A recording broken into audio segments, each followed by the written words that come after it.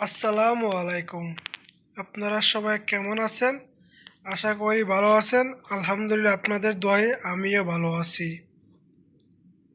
আজ আপনারা শিখতে পারবেন আরবি 12 মাসের নাম।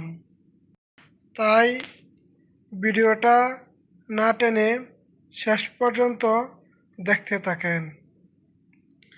আমার ইউটিউব চ্যানেলটা ভালো লাগলে সাবস্ক্রাইব করে পাশে থাকবেন। তো ভিউয়ার্স, শুরু করা যাক। ১. মহরম। ২. সফর। ৩. রবিউল আউয়াল। ৪. রবিউল সানি। ৫. জমাদিউল আউয়াল। ৬. জমাদিউল সানি। ৭. রজব। ৮. শাবান। ৯. রমজান।